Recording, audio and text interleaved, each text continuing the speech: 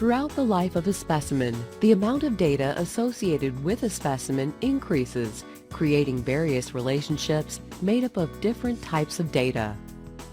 Patient data is our first type of data. The doctor, hospital, or laboratory first collects the patient's information. This includes their personally identifiable information, or PII, contact information, and any medical history. The patient is given a unique patient identifier, which helps protect their PII while still linking their identity to the specimen. Once all the needed patient information is collected, the specimen is collected. When the specimen is collected, important data about the specimen and its collection must also be captured. Those data are collected and stored in the limbs. Specimen data is our second type of data.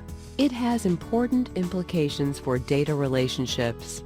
Next, the laboratory that is testing the specimen may be required to split it into multiple aliquots. Note that although this is not always the case, splitting a specimen into multiple aliquots is common for certain laboratory tests.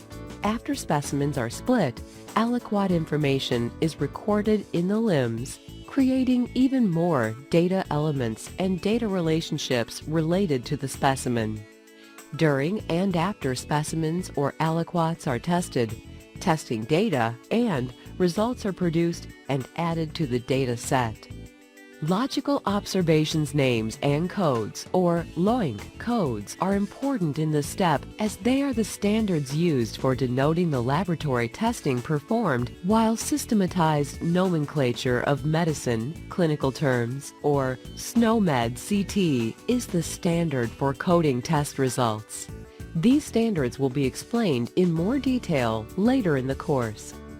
Testing and results data are now part of our data set and are recorded into the limbs. Finally, reports are ready to be generated in, recorded in, and shared from the limbs, adding more data associated with a given specimen or aliquot. Preliminary, final, amended, and other types of reports may be created during this step and sent to other databases. Data can then be sent back to the electronic medical record, or EMR, or electronic health record, or EHR, so that the patient's medical history is up to date and flows back to the original health provider so that the provider can diagnose and treat the patient. Missing or incorrect information at any point in the process will affect the result, which is why it is crucial to have quality data throughout this entire process.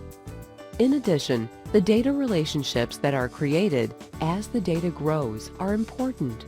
Changes in the relationships between these data elements can produce drastic changes in the analysis of data. Each piece of the data and its relationship to the other data plays a role in helping stakeholders in regards to follow-up testing, patient treatment, surveillance, public health research, and for many other purposes.